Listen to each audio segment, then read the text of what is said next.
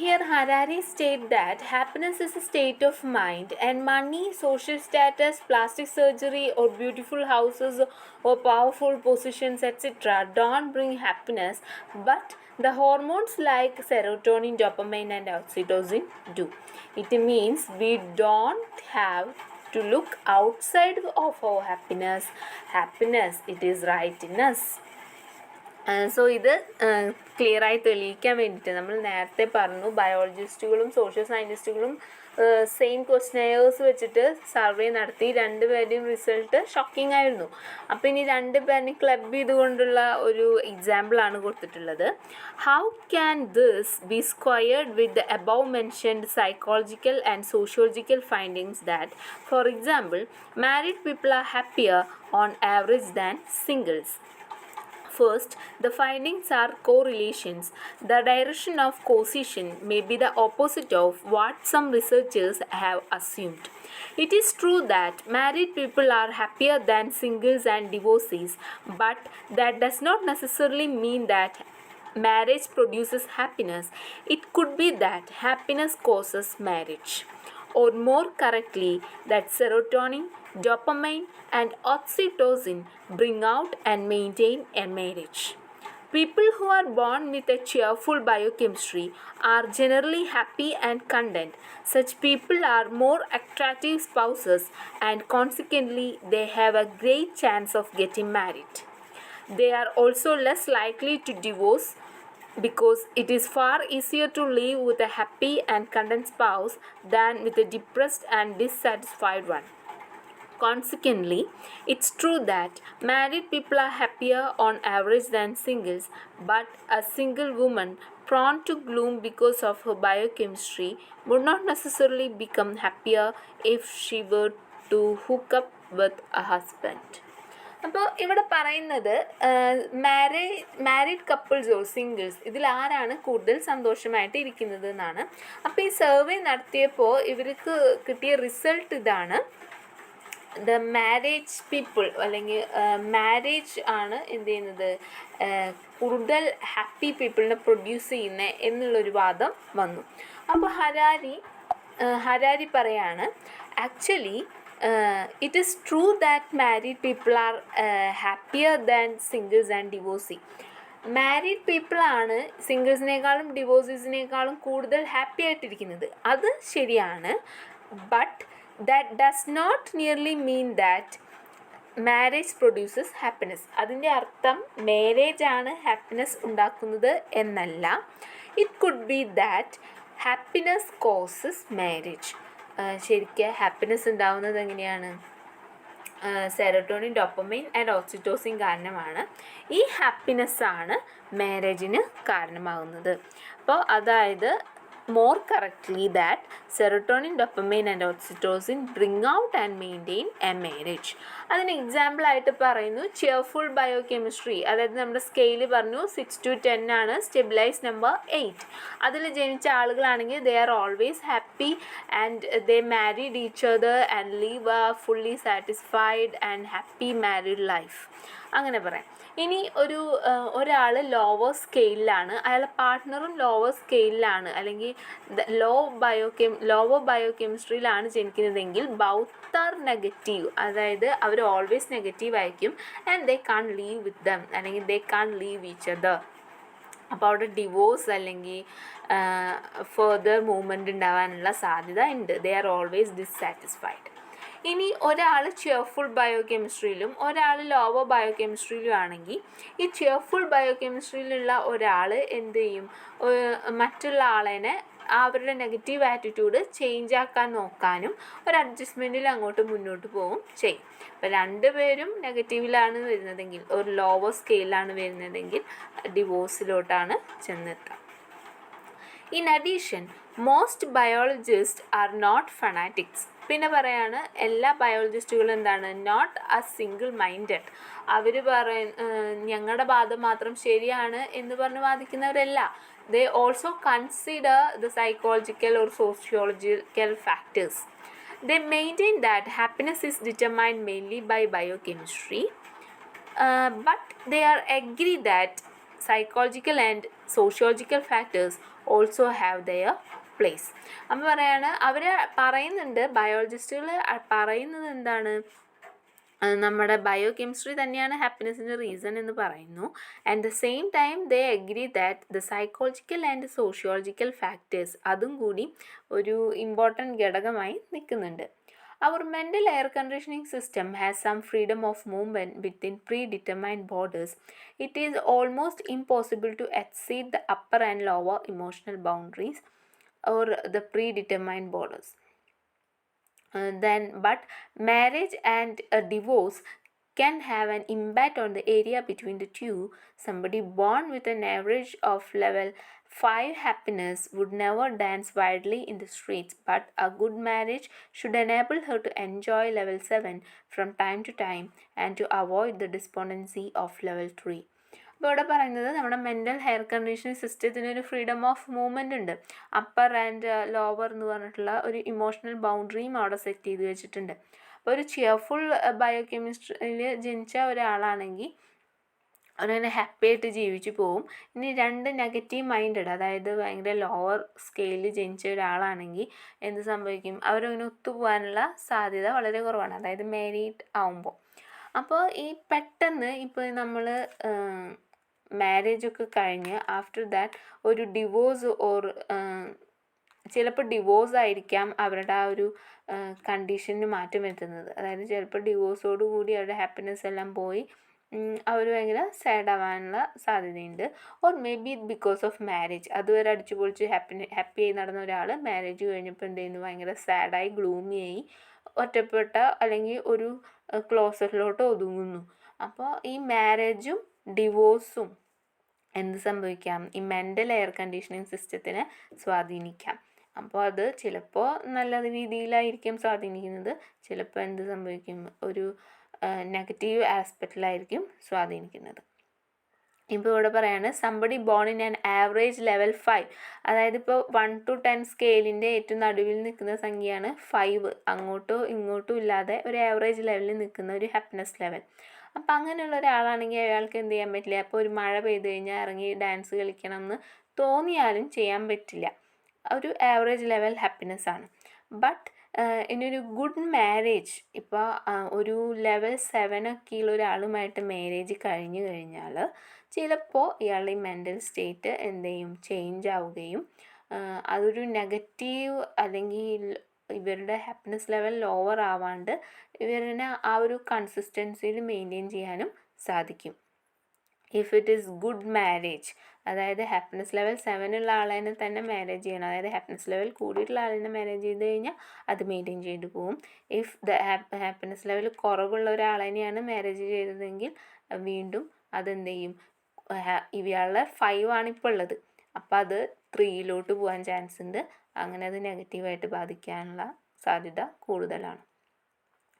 If we accept the biological approach to happiness, then history turns out to be of minor importance, since most historical events have had no impact on our biochemistry. എന്നിട്ട് പറയാണ് ഈ biological approach ഹാപ്പിനെസ്സിനെ lead ചെയ്യുന്നുണ്ട്, അല്ലെങ്കിൽ biological അപ്രോച്ചും ഹാപ്പിനെസ്സും തമ്മിലുള്ള ആ ഒരു relation നമ്മൾ prove ചെയ്ത് കഴിഞ്ഞു. ഇനി നെക്സ്റ്റ് പറയുന്നത് ഹിസ്റ്ററിയാണ്. അപ്പോൾ ഈ ബയോളജിക്കൽ അപ്രോച്ചാണ് ഏറ്റവും വലുതെന്ന് നമ്മൾ പ്രൂവ് ചെയ്ത് കഴിഞ്ഞാൽ പിന്നെ ഈ ഹിസ്റ്ററിക്ക് ലെസ് ഇമ്പോർട്ടൻസേ കൊടുക്കുന്നുള്ളൂ. അപ്പോൾ ഹിസ്റ്റോറിക്കൽ ഇവൻറ്റ്സിന് ഈ ബയോ കെമിസ്ട്രിയുമായിട്ട് യാതൊരുവിധ ബന്ധമില്ല, നോ ഇമ്പാക്റ്റ് എന്നാണ് പറയുന്നത്. History can change the external stimuli that cause serotonin to be secreted, yet it does not change the resulting serotonin levels, and hence it can't make people happier. So ഈ ഒരു കാര്യം history എന്ന് പറഞ്ഞു കഴിഞ്ഞാൽ external സ്റ്റിമുലീസ് ആണ്, അപ്പോൾ external ആയിട്ടുള്ള മാറ്റങ്ങളും വരുത്താനേ സാധിക്കുള്ളൂ, ഇൻറ്റേർണലായിട്ടൊന്നും ചെയ്യാൻ പറ്റില്ല എന്നാണ് പറയുന്നത്. അപ്പോൾ ഇതിന് എക്സാമ്പിളായിട്ടൊരു കമ്പാരിസൺ വന്നിരിക്കുന്നത് medieval French peasant to a modern Parisian banker, അതിനുള്ള കമ്പാരിസനാണ്. The peasant lived in an unheated mud but overlooking that logical pigsty, while the banker goes home to a splendid penthouse. Penthouse means ഒരു bungalow പോലെയുള്ള വീടാണ്. With all the latest technical gadgets and a view to the Champs-Elysees intuitively, we would accept the banker to be much happier than the peasant. അപ്പോൾ ഏറ്റവും കൂടുതൽ സൗഭാഗ്യമുള്ളത് ബാങ്കറിനാണ്. അപ്പോൾ നമ്മൾ വിചാരിക്കും ബാങ്കറിനാണ് ഏറ്റവും കൂടുതൽ ഹാപ്പിനെസ് ലെവൽ കൂടുതലെന്ന്. However, mud huts, penthouses and Champs-Elysees don't really determine our mood. അപ്പോൾ പറയാണ് ഈ ഫാമറിൻ്റെ ഫാമറിൻ്റെ മഡ് ഹൗസ് അല്ലെങ്കിൽ ബാങ്കറിൻ്റെ പെൻത് ഹൗസസ് ഓർ ചാംസ്-എലീസ് ഇതൊന്നുമല്ല നമ്മുടെ മൂഡിനെ തീരുമാനിക്കുന്നത്. സെറോട്ടോണിനാണ് തീരുമാനിക്കുന്നത്. When the medieval peasant completed the construction of the mud hut, his brain neurons secreted serotonin, bringing it up to level 10. When in 2014 the banker made the last payment of his wonderful penthouse, brain neurons secreted a similar amount of serotonin, bringing it up to a similar level 10. It makes no difference to the brain that the penthouse is far more comfortable than the mud hut. The only thing that matters is the present level of serotonin in 10. Consequently, the banker would not be one iota happier than his great grandfather, the poor medieval peasant. Iota means അണു അല്ലെങ്കിൽ സ്വല്പം എന്നൊക്കെ പറയുന്നതാണ്. Secreted means പുറപ്പെടുവിക്കുക എന്നുള്ള meaning ആണ് വരുന്നത്. So ഇവിടെ പറയുന്നത് രണ്ട് പേരുടെയും ഹാപ്പിനെസ് ലെവല് 10 തന്നെയാണ്. അതായത് ഫാമർ മഡ് ഹൗസ് കംപ്ലീറ്റ് ചെയ്തപ്പോൾ അയാൾക്കുണ്ടായ ഹാപ്പിനെസ് ലെവൽ 10. സെറോട്ടോണിൻ ഹൈ ലെവലായി ഹാപ്പിനെസ് ലെവൽ 10 എത്തി. അതുപോലെ ബാങ്കർ അയാളുടെ ലാസ്റ്റ് ഇൻസ്റ്റാൾമെൻ്റ് ഒക്കെ അടച്ച് വീട് സ്വന്തമാക്കിയപ്പോൾ അയാൾക്ക് വന്ന ഹാപ്പിനെസ് ലെവലും 10. രണ്ട് പേർക്കും സെയിം ലെവൽ ഹാപ്പിനെസ് ആണ് വന്നിട്ടുള്ളത്. അപ്പം മഡ് ഹൗസ് ആയാലും ഇപ്പോൾ മഡ് ഹൗസിനെക്കാട്ടിയും സൗകര്യം വരുന്നത് പെൻത് ഹൗസസിലാണ്, ബംഗ്ലോസിലാണ്. അപ്പോൾ ഈ ബംഗ്ലാവിനേക്കാളും അല്ലെങ്കിൽ ബംഗ്ലാവ് ഓർ മഡ് ഹൗസ് ഇതിലൊന്നുമല്ല കാര്യം, നമ്മുടെ സെറോട്ടോണിൻ ലെവലിലാണെന്നാണ് ഹരാരി പറയുന്നത്. To show this, Harari compares a medieval French peasant to a Parisian banker. The peasant live in an unheated hut near Pigsty, and he says that the banker was not one iota happier than his ancestor, the peasant. ഈ ancestor ആയിട്ടുള്ള പെസൻറ്റിനേക്കാളും ഒരു സ്വല്പം ഒരു അണുണ്ട കൂടുതൽ happiness ഒന്നും തന്നെ ഈ ബാങ്കറിന് കിട്ടുന്നില്ല. So the biological assumptions is that happiness equals pleasure. അപ്പോൾ പറയുന്നത് ഈ ബയോളജിക്കൽ അസംഷൻസ് പറയുന്നത് ഹാപ്പിനെസ് ഈക്വൽസ് പ്ലഷർ എന്നാണ്. അതായത് സെറോട്ടോണിനാണ് എല്ലാം ചെയ്യുന്നത്. സെറോട്ടോണിനാണ് ഈ ഹാപ്പിനെസ് ലെവല് നിയന്ത്രിക്കുന്നത്.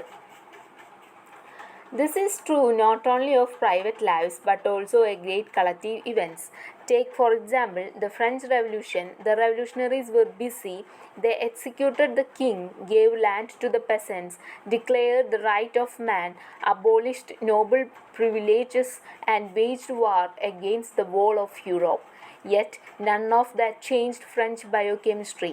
Consequently, despite all the political, social, ideological and economic upheavals brought about by the revolution, its impact on French happiness was small. Those who won a cheerful biochemistry is the genetic lottery were just as happy before the revolution as after. Those with a gloomy biochemistry complained about Robespierre and Napoleon with the same bitterness with which they earlier complained about Louis XVI and Marie Antoinette.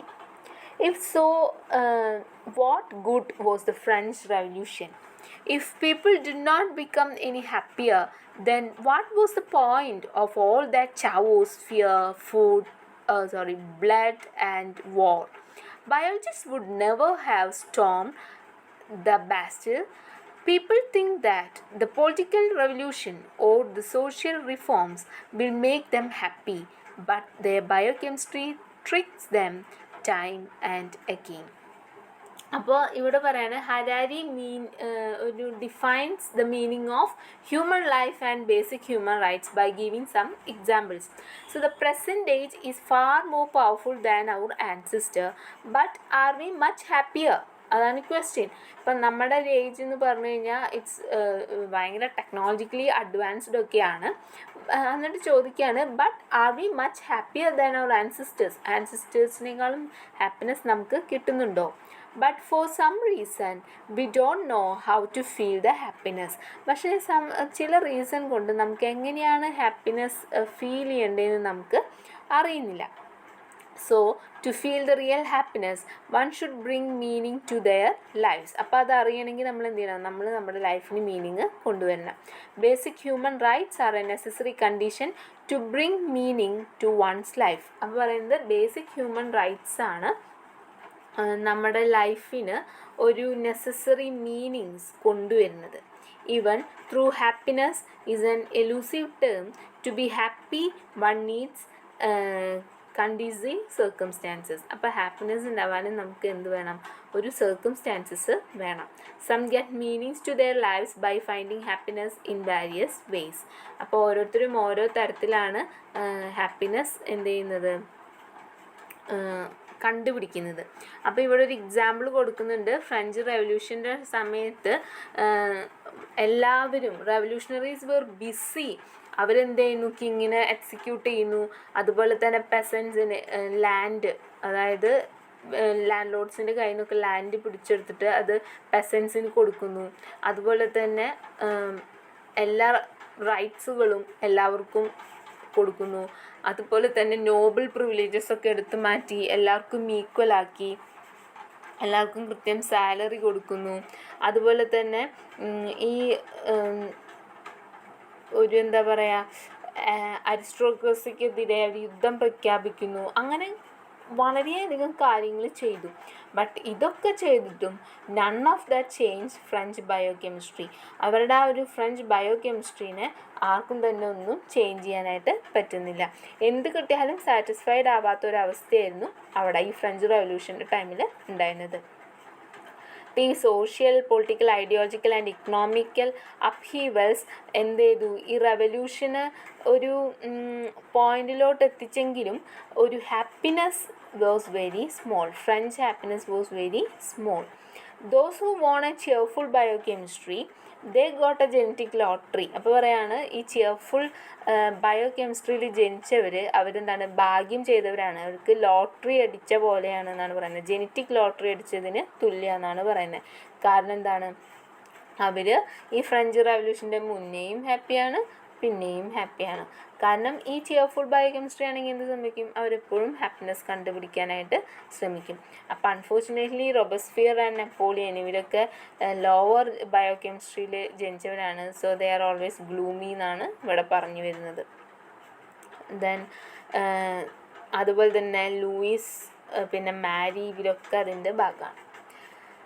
Then ചോദിക്കുകയാണ്, so what good was A French revolution? ഇപ്പോൾ French revolution കൊണ്ട് ബയോകെമിസ്ട്രിയിലൊന്നും ഒരു change വരാൻ പറ്റിയിട്ടില്ല. ആർക്കും ഒരു satisfaction, ഒരു happiness കിട്ടിയിട്ടില്ല.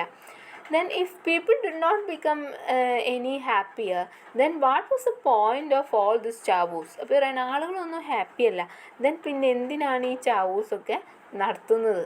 അതാണ് ചോദ്യം. അപ്പോൾ പറയാണ്, people things that this political revolution or the social reform will make them happy, but the biochemistry tricks dum time and again. പറയുന്ന ആളുകൾ വിചാരിച്ചത് ഈ political revolution or social reforms ഒക്കെ കൊണ്ടുവന്ന് അവർക്ക് ഹാപ്പിനെസ് കിട്ടും എന്നാണ്. ബട്ട് അൺഫോർച്ചുനേറ്റ്ലി ഇവർക്കറിയില്ല ഈ ഹാപ്പിനെസ് എന്ന് പറഞ്ഞു കഴിഞ്ഞാൽ ഇവരുടെ human biochemistry or within us ആണെന്ന് അവർക്കറിയില്ല. അപ്പോൾ ഇവിടെ എന്ത് സംഭവിച്ചു? ഇവരതൊക്കെ കിട്ടുമെന്ന് വിചാരിച്ചു. ബട്ട് ഈ പൊളിറ്റിക്കൽ റെവല്യൂഷനോ സോഷ്യൽ റിഫോംസ് കൊണ്ട് അവർക്ക് ഹാപ്പിനെസ് കിട്ടിയില്ല. അവരുടെ ബയോകെമിസ്ട്രി അവരെയും അവരെ പറ്റിച്ചു എന്നാണ് പറയുന്നത്, ട്രിക്ക് ചെയ്തു എന്നാണ് പറയുന്നത്. There is only one historical development that has real significance today. When we realize that the keys to happiness are in the hands of our biochemical system, we can stop wasting our time on politics and social reforms, pictures and ideologies, and focus instead only thing that we can make truly happy, manipulating our biochemistry. If we invest billions in understanding our brain chemistry and developing appropriate treatment, we can make people far happier than ever before, without any need of revolutions. Prozac, for example, does not change the brain, but by raising serotonin level, it lifts people out of their depressant. അപ്പോൾ ഇവിടെ പറയാണ് ഈ historical development അതിനൊരു significance ഉണ്ട്. എന്താണെന്ന് വെച്ച് കഴിഞ്ഞാൽ ഈ ഹിസ്റ്റോറിക്കലായിട്ടുള്ള കാര്യങ്ങളിൽ നിന്ന് നമുക്ക് മനസ്സിലാക്കാം കീ ടു ഹാപ്പിനെസ് എന്നുള്ളത് നമ്മുടെ കയ്യിൽ തന്നെയാണ്. നമ്മുടെ ബയോ കെമിക്കൽ സിസ്റ്റത്തിലാണ് ഈ ഹാപ്പിനെസ് ഇരിക്കുന്നത്. അപ്പോൾ പിന്നെ നമുക്ക് എന്ത് ചെയ്യാം, ഈ politics or social reforms or ideologies or conflicts എന്ന് പറഞ്ഞിട്ട് നമുക്ക് ടൈം വേസ്റ്റ് ചെയ്യേണ്ട കാര്യമില്ല. ഇൻസ്റ്റെഡ് പിന്നെ അതിന് പകരം നമ്മൾ എന്ത് ചെയ്യണം, focus on the only thing that can make us truly happy. നമ്മളെ ശരിക്കും ഹാപ്പി ആക്കുന്ന തിങ് ഏതാണ്, അതിൽ ഫോക്കസ് ചെയ്യുക. That is manipulating our biochemistry. So we need to know the method of making or manipulating the biochemistry. അപ്പോൾ നമുക്ക് മനസ്സിലായി manipulating our bio കെമിസ്ട്രിയാണ് ഹാപ്പിനെസ്സിൻ്റെ ഏക ഒരു മാർഗം എന്ന് പറയുന്നത്. അപ്പോൾ ബാക്കിയുള്ള ഈ പൊളിറ്റിക്സും സോഷ്യൽ റിഫോംസും അടിയും പിടിയൊക്കെ വിട്ടിട്ട് we need to concentrate on that എന്നാണ് ഹരാരി പറയുന്നത്. If we invest millions or billions in understanding our biochemistry and develop appropriate treatment, we can make people far happier than ever before without any need of revolution. അപ്പോൾ പറയാണ്, നമ്മൾ കഷ്ടപ്പെട്ട് നമ്മുടെ human bio chemistry അല്ലെങ്കിൽ ബ്രെയിനെയൊക്കെ മനസ്സിലാക്കിയിട്ടുണ്ടെങ്കിൽ നമുക്ക് എന്ത് ചെയ്യാം, ഓരോ ആളുകളുടെ ബ്രെയിൻ അനുസരിച്ചുള്ള ട്രീറ്റ്മെൻറ്റിൽ നടപ്പാക്കിയിട്ട് ആളുകൾ തന്നെ ഹാപ്പി ആക്കാം. ഇപ്പോൾ ഒരു സെറോട്ടോണിൻ കുറഞ്ഞ ഒരാൾക്ക് എന്ത് ചെയ്യാം, അത് കൂട്ടാനുള്ളത് കൊടുത്തിട്ട് നമുക്ക് അയാളെ ഹാപ്പി ആക്കാം. അപ്പോൾ അതിന് വേറെ റവല്യൂഷൻ്റെ ഒന്നും ആവശ്യമില്ല, അതിൻ്റെ പിന്നാലെ പോയി ടൈം കളയണ്ടെന്നാണ് ഹരാരി പറയുന്നത്. അപ്പോൾ ഇവിടെ പ്രൊസാക്ക് എന്ന് പറയുന്നുണ്ട്. അപ്പോൾ അതിനൊരു എക്സാമ്പിളാണ് പ്രൊസാക്ക് പറയുന്നത്. അപ്പോൾ പ്രൊസാക്ക് എന്ന് പറഞ്ഞ ഒരു ആൻറ്റി ഡിപ്രസൻറ്റ് ഡ്രഗ് എന്ന് വേണമെങ്കിൽ it's not drug, antidepressant ആയിട്ടുള്ളൊരു സംഭവമാണ്. അപ്പോൾ ഒരു മരുന്ന്. ഓക്കെ, അപ്പോൾ ഇത് കൊടുത്തു കഴിഞ്ഞാൽ നമുക്ക് എന്ത് ചെയ്യാം, സെറോട്ടോണിൻ ലെവൽ കൂട്ടാം. അങ്ങനെ പീപ്പിളുടെ ഡിപ്രഷൻ കുറയ്ക്കാനായിട്ട് പറ്റും, ആളുകളുടെ ഡിപ്രഷൻ കുറയ്ക്കാനായിട്ട് പറ്റും. അപ്പോൾ അതുപോലെ എന്തെങ്കിലും കാര്യങ്ങൾക്ക് വേണ്ടിയിട്ട് നമ്മൾ പ്രവർത്തിക്കുകയാണെങ്കിൽ അതല്ലേ നല്ലത് എന്നാണ് ഹരാരി ചോദിക്കുന്നത്. Nothing captures the biological argument better than the famous New Age slogan, "Happiness begins within." Money, social status, plastic surgery, beautiful houses, powerful positions, none of this will bring out your happiness. Lasting happiness comes only from serotonin, dopamine and oxytocin. അപ്പോൾ ഇവിടെ ഈ slogan important ആണ്. New age slogan ആണ്. Happiness begins within. Happiness വരുന്നത് എവിടെ നിന്നാണ്, നമ്മളിൽ നിന്ന് തന്നെയാണ്. അല്ലാണ്ട് കുറേ പൈസ ഉണ്ടായി, ഒരു സോഷ്യൽ സ്റ്റാറ്റസ് ഉണ്ട്, പ്ലാസ്റ്റിക് സർജറി ചെയ്തു, ബ്യൂട്ടിഫുൾ ആണ്, ഇതൊന്നുമല്ല ഹാപ്പിനെസ്സിന് കാരണം. The lasting happiness comes only from serotonin, dopamine and oxytocin.